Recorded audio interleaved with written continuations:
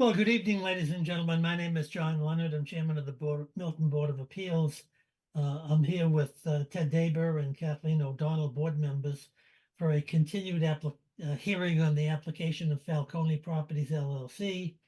The application is dated September 11th, 2023, and is seeking a use variance in order to allow a commercial parking area to the rear portion of the present residential building lot at 7.7-9 Pleasant Street at 672 Randolph Avenue in Milton, Massachusetts.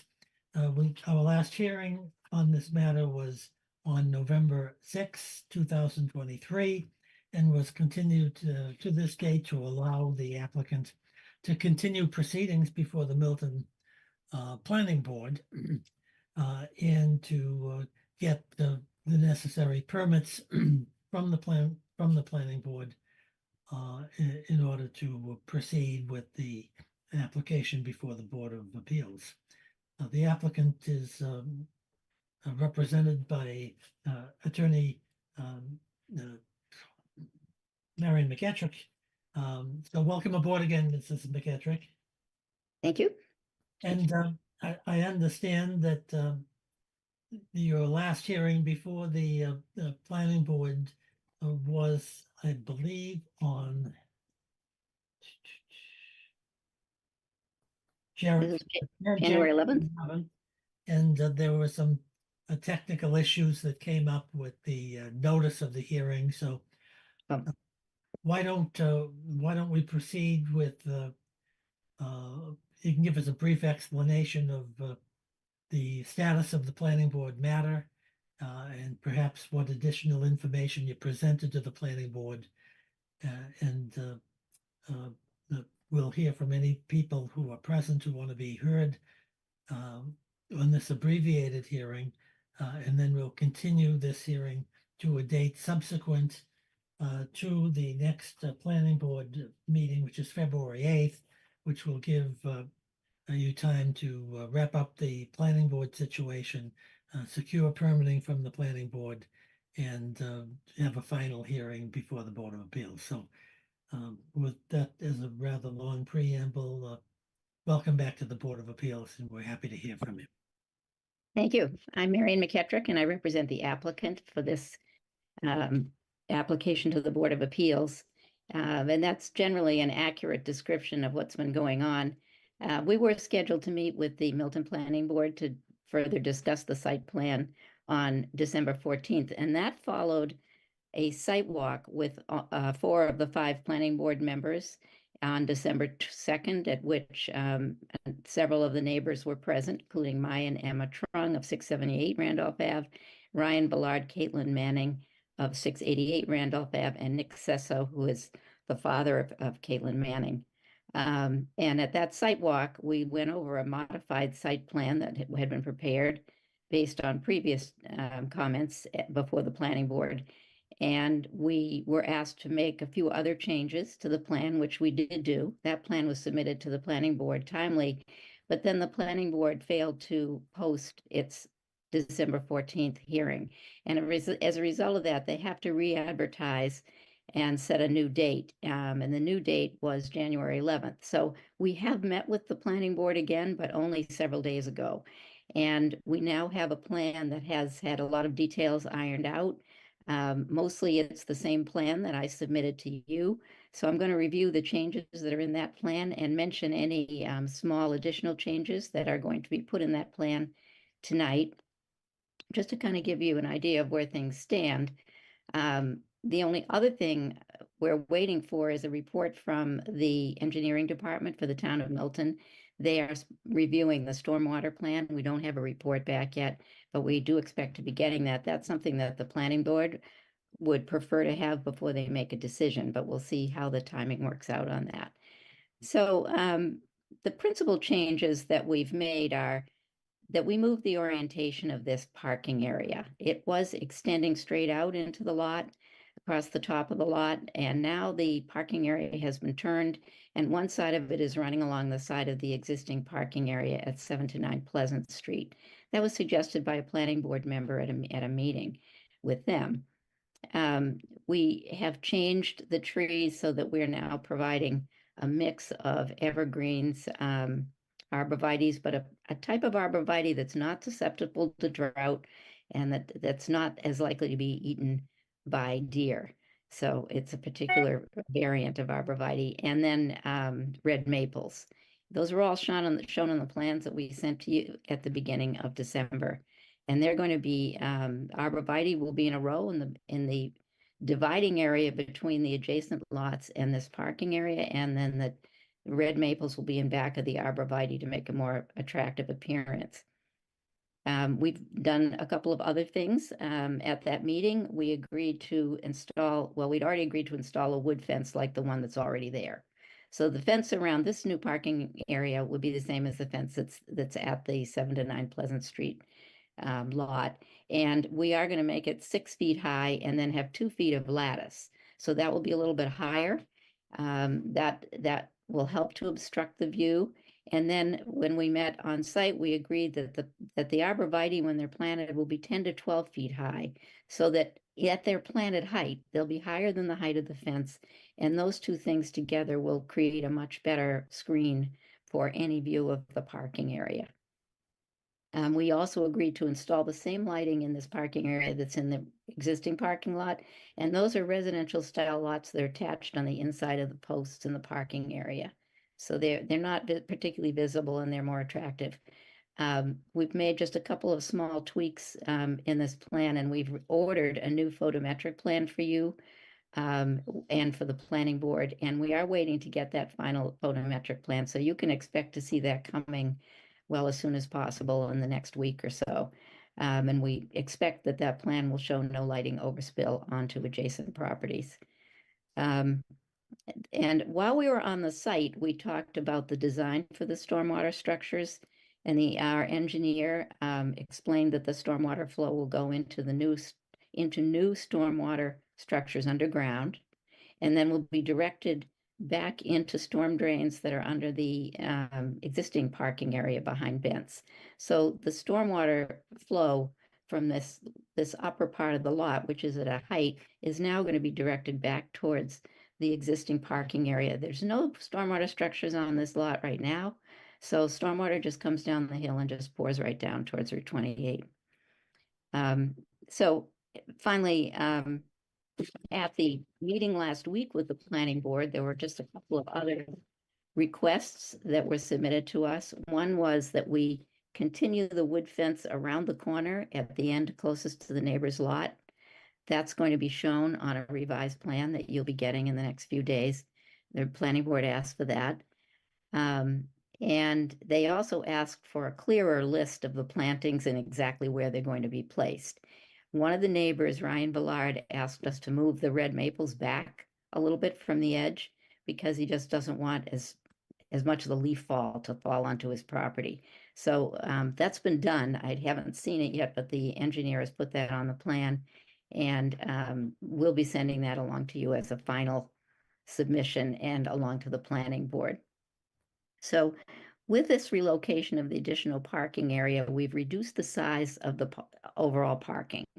There will be only 15 spaces in this new area, and then you'll have to remove spaces in the existing parking lot to create the entrances coming in here. And we're removing the tandem parking in the back and just making it into 2 parking spaces in the existing lot. So the result is there's a net increase of 10 parking spaces with the addition of this new parking area. And these 10 spaces will provide more off-street parking for visitors to the cafe and commercial clients. It'll reduce the pressure, particularly on the 5 residential tenant parking spaces during the day. Those tenants, some of them will come back during the day and find their spaces are occupied because there just isn't anywhere else to park in back of this building. Now, at its closest point to the Trung property, the parking area is set back 30.9 feet compared to the 20 feet it was set back in the original plan. So we've increased the setback from the Trung property. We are showing in this new plan an area for snow storage at the rear in the wooded area. That's the area that doesn't have any fence because it doesn't face any neighboring residences. And we've also removed a curb or a berm at the back there so that it will be easy to push snow back in that direction. There are a lot of deciduous trees in that area. Some of them are small, but there are a few big ones. So the best we thought, and planning board seemed to agree with us at the site walk, that this small area should be left so that it's available for snow storage, and that we don't want to have to take down any more large trees in the back of this lot. Let's see. Okay, so that's kind of a summary of the changes that we've agreed to. You are still waiting for, and so is the planning board, for a new photometric plan for this new lighting in the parking area and this new orientation of the parking. Now, Greg Morse is here tonight, and Greg is going to share screens if he can do that, if you'll let him do that. Oh, that'd be great. That'd be very helpful. And then I think maybe he'll go through the plan page by page again quickly. I know I've summarized the changes, but he can point them out to you and comments that he feels would be helpful. Great. Mr. Morse. While he's doing that shared screen, they just want to reiterate that we are not proposing any increase or change to the uses in the Bent building. The only purpose of this parking plan is to improve the parking for the uses that exist. That's the 5 tenants, the 5 apartments, the commercial space, and the cafe and the catering business. Okay.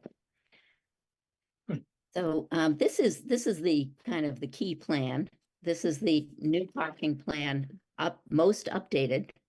And it shows you can see the green arborvitae surrounding the left side of the parking area, the 15 parking spaces within the lot, and then there are 3 trees.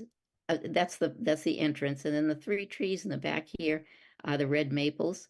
And on this plan, which we haven't revised yet to this extent, those maples are going to be moved a little bit further, a little closer to the parking area. As close as will still provide for good growth for both types of trees. Let's see. I guess you should just note, and this is not different from the plan that I showed you several months ago, that quite a number of parking spaces have to be removed to create the entrance to this parking area. So those are all tenant spaces. The 5 tenant spaces are all being moved into the new parking lot. And then over on the right, in the rear of the existing parking area, you now see 3 parking spaces marked with E's instead of the tandem parking that we had there before. Let's see. It's a little hard to see, but there's a note showing the snow storage area. And that's the part of this parking area that doesn't have a fence. So, and it's not going to have a big curb either because we want to make it easy to push snow back into that area. Let's see. We also, just for your information, if you look at the red dotted line on this plan, it's kind of faint. That is the previously proposed parking layout. So you can see that this is a fairly significant change from that layout. I guess the main purpose was to get the corner further away from the neighbor's property.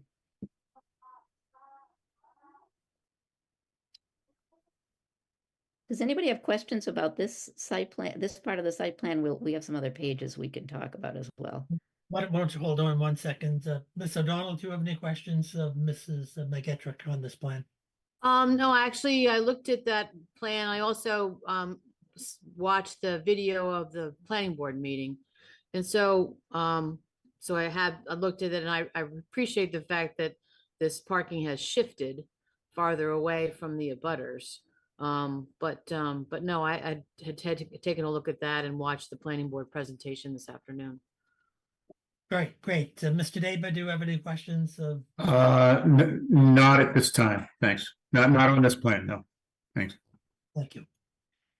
Marion, why don't you proceed with the rest of Okay, Greg, do you want to show us the drainage? The page that has the drainage plans and maybe explain that again?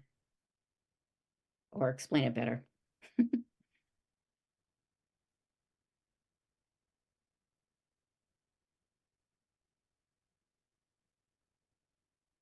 think this is it. Sure. isn't it? This is the drainage plan. For the record, Gregory Morse, registered engineer, Morse Engineering. What we tried to do with this drainage plan is we looked at the existing site drainage pattern, which generally this site drains from the right side of the screen here towards the left-hand side of the screen. So what we're doing with this parking lot is we're taking all of the water that's within that parking lot surface and coming onto that parking lot surface. We've graded it in a fashion that directs it to 2 catch basins. Those catch basins are right here, essentially at the entrance to the new parking lot. Those 2 catch basins are what we refer to as deep sump hooded catch basins. So they provide an area for any sediment that's within the stormwater to settle out within the basin itself. And to act as a gas and oil trap. And then we're directing the water into a series of subsurface leaching chambers right here. The leaching chambers are below the ground surface. They will take the stormwater and direct it back into the soil. We had conducted some soil tests at the site, to confirm the soils there and the infiltration rates. We had done a drainage analysis of the pre-development versus the post-development conditions to document that during the 2, 10, and 100-year storm events, we are not increasing the runoff off of this site. So we have submitted those to the DPW and the town's engineer for their review at this point.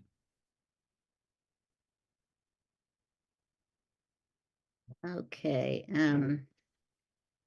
I just have to take a quick look myself to see if there's other pages I wanted you to comment on.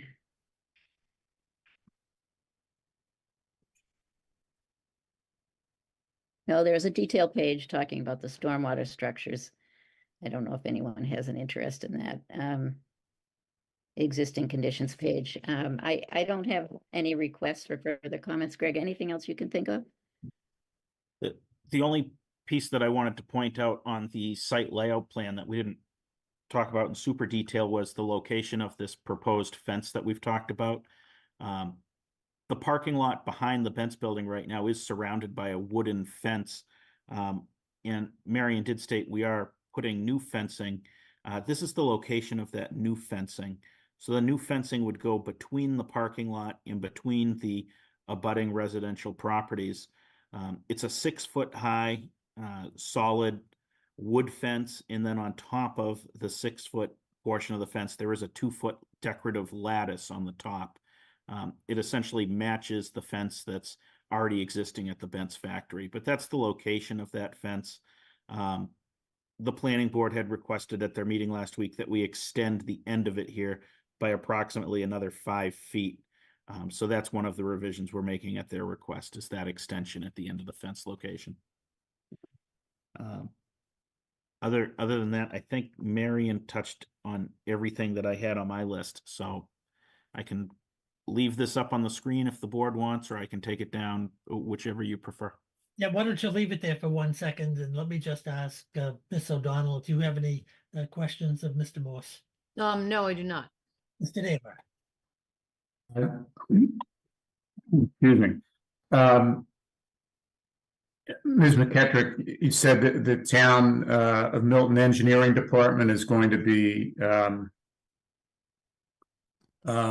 issuing a report on the stormwater. Usually what they do, Motion. this isn't a plan that, requires the full stormwater review process. Sometimes there's a peer review with that and everything.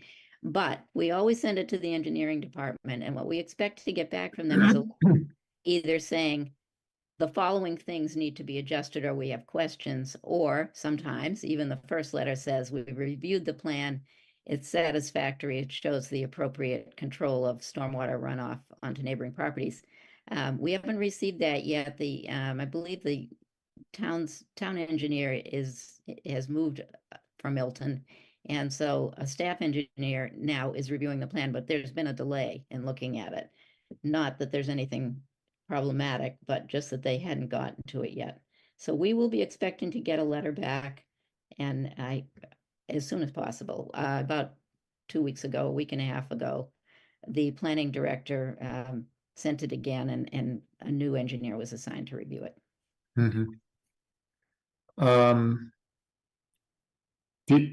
Do you have any sense of, I see the outline of the prior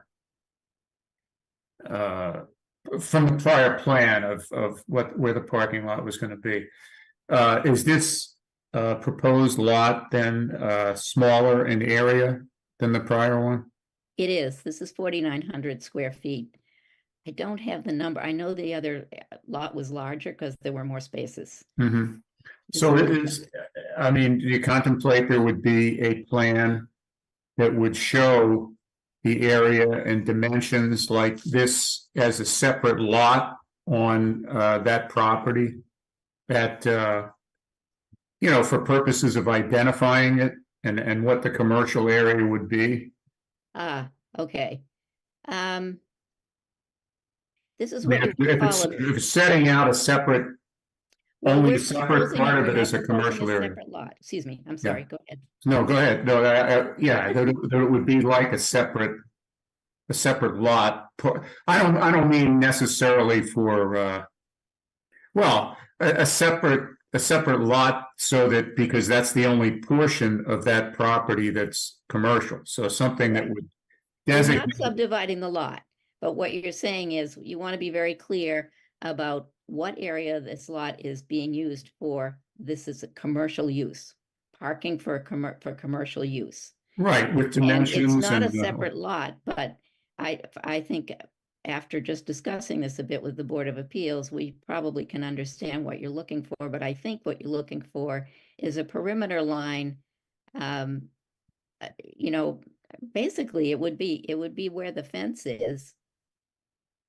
And then it would continue where there is no fence, sort of at the same distance, but that would be the perimeter line coming all the way around back to the existing parking lot.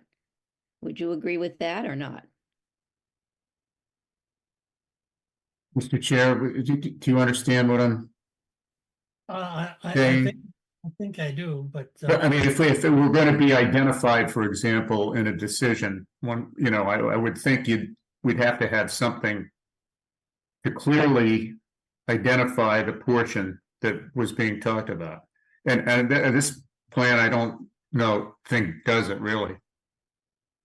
The application actually is for what you'd call mixed use for this lot, because it's going to continue to be a residential lot with a residential use. That's the residential structure in front, which has its own driveway. And then there's going to be commercial use of a portion of the lot for this parking area. So usually, you know, the site plan is the identification of the area that's where change is proposed. But I have no problem with the idea of creating a line on the plan that surrounds that area, you know, but it would just be another line. I think it would be just outside the fence line. I don't think I don't see any reason why the landscaping would be commercial per se. It's certainly being installed to provide further protection. I mean, it's entirely up to you how you would want me to treat that as a perimeter on the plan. The reason we didn't create a line, we don't create a line like that normally on an application like this is that we're not doing a subdivision, and we don't want to create the appearance of a subdivision where there are now two lots. That would be a whole different process. Yeah. And I haven't seen one like this. To be honest, no, with it's unusual. I agree, and I think your question. So that's, you know, but I do know that, you know, there should, I think, but well, you know, I mean, Ms. O'Donnell and Mr. Leonard, if I'm wrong or if you disagree with me, I think there has to be some specificity to what is being designated for parking use for commercial purposes relating to the other parcel. I would think. Well, Yeah, I think I mean, it's a variance only with respect to a certain portion of the property, and I think that has to be identifiable by dimensions and area and whatever, but Well, I think we could draft the decision to say that the commercial use applies to the, the parking area. I think it would be helpful. I agree, Ted, that it would be helpful to have some sort of zone line that says that this is the area of the residential lot that's got them, it's a mixed use. I mean, that's what you're trying to do with this variance is allow two uses on one lot. And so I think it makes sense rather than sort of make it look like we're rezoning the entire residential parcel, 672, that we're setting aside just this area where the parking is. And I think we can describe it in the permit that way. Obviously, we don't want a subdivision, and that's not really what we're looking for. But I think some, sort of dotted line that, sort of follows the fence or something like that, and just say with a little tag on it that says that that's the commercial zone, I think would be very helpful for future people reading the plan. Yeah, it could be, commercial parking use line, or something like that. I think it should have dimensions and area. I don't Yes. think it needs to. Well, you could, I mean, we can give you that. I can tell you already that the area is 4,900 square feet. And well, it's an irregular shape and all that, so, I mean, yeah, whatever. We could generally describe it in the decision as 49 square feet plus or 4,900 square feet plus or minus, whatever, and that would help with the description.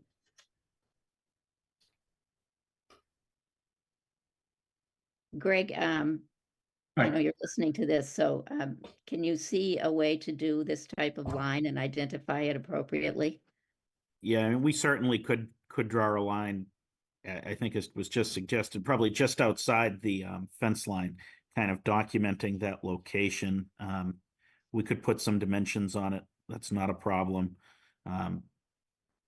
Yeah, I mean, we can quantify the area of the parking lot, the number of spaces in the parking lot. This plan is to scale, and while it doesn't say 4,900 square feet on this parking lot, it does have the width of all the parking spaces. It has the width of the aisles. We could certainly add an overall length and width to this and add a little bit more dimensioning to this plan as well. I understand what you're requesting. And then you could use that in your decision. Yeah. Yeah. Does that sound helpful, Ted? Yeah. I mean, that's kind of what I had in mind that, so it sounds like Mr. Morse understands and Ms. McKettrick as well.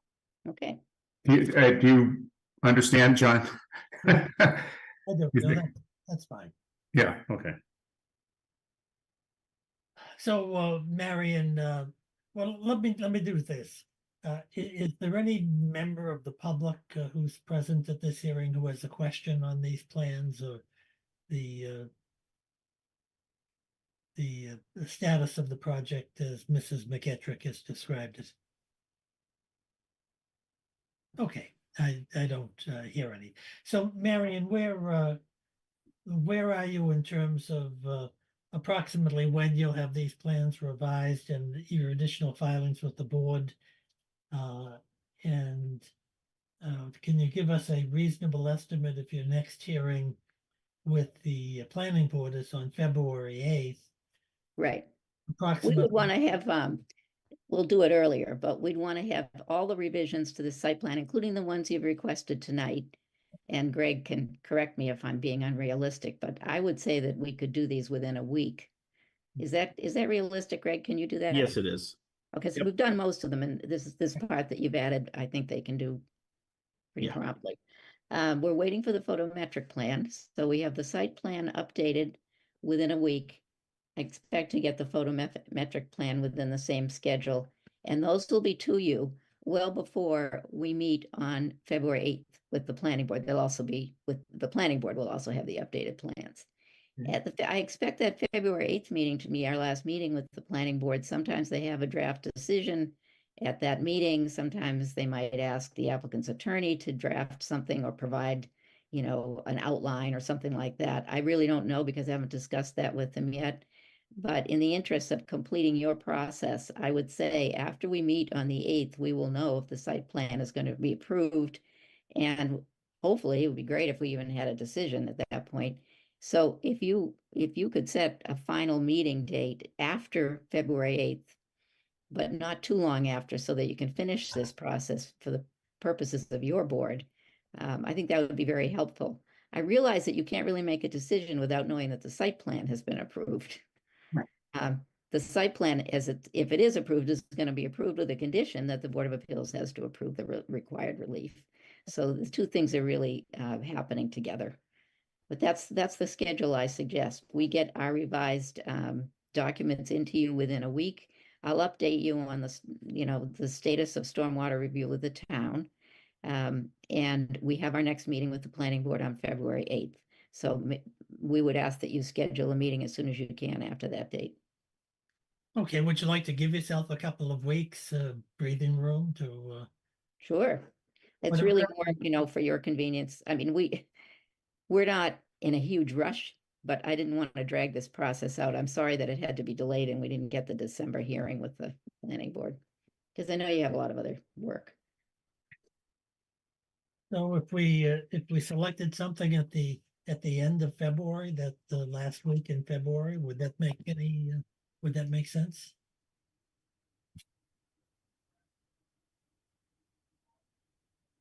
Ted, do you have general availability at the end of February or early March? Yeah, I'm better in February. March, I'm on a committee that's gonna be meeting a lot in March, so. February would be better for me, but.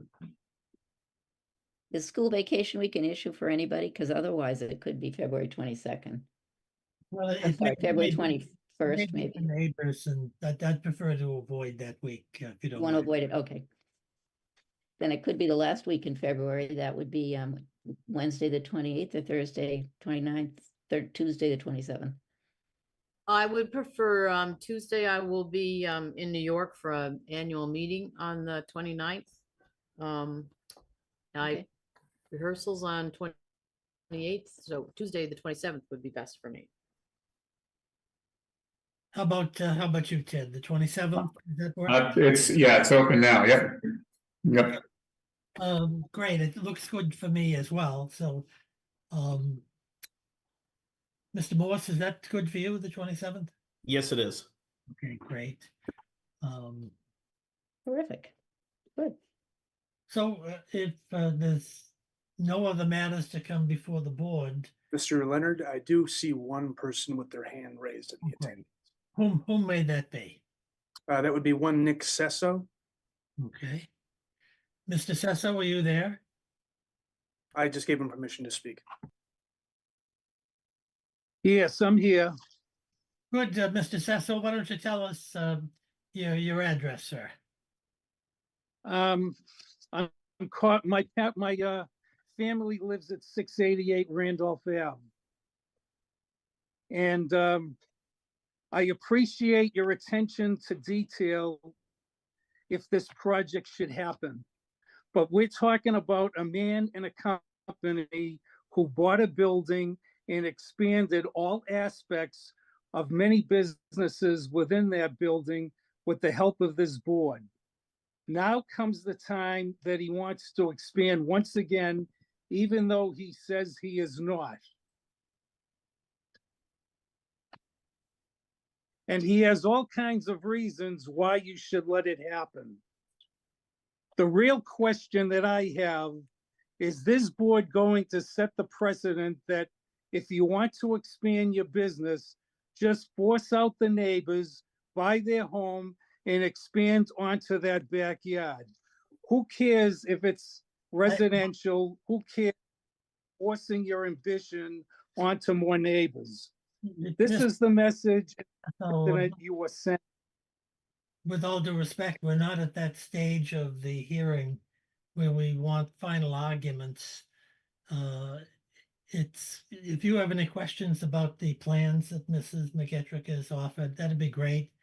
The next hearing, when we conclude the evidence, you'll have full opportunity to be heard, and make your closing argument based upon the evidence as presented. But right at the present time, if you have questions about the plans that have been shown, Mr. Morse's testimony, we're delighted to have the witnesses answer those questions, but this is not the time of the hearing for final arguments. Okay, You there? Do you have any I just questions? want to say, Yeah. you folks don't want to hear it, but if this was in the city, they call this zoning creep. If it was where, I didn't hear your comments. If it This was was in the city, they call this zoning creep. zoning creep, okay. Thank you for your time. Okay, good. We'll look forward to hearing from you at the next hearing, which should be our last hearing, and you'll have a full opportunity to be heard. So thank you very much for attending tonight. Is there anybody else who has their hand raised? Who wants There to- is not, no. Okay, so then without further ado, by agreement of all of the parties, we're going to continue this hearing to Tuesday, February 27th at 7 p.m. And it's our hope and expectation that this will be the final evidentiary hearing on this particular application, and we'll hear the closing position of Mrs. McGetrick and any member of the town administration that wants to be heard, as well as any affected resident who wishes to be heard. So if there's nothing further to come before the board, thank you all for your attendance. See you on the 27th, and hopefully we'll be able to conclude this hearing at that time. Thank you very much. Have a great night, everyone. Thank you. Good Thank you. night. Good Right. evening. Thanks.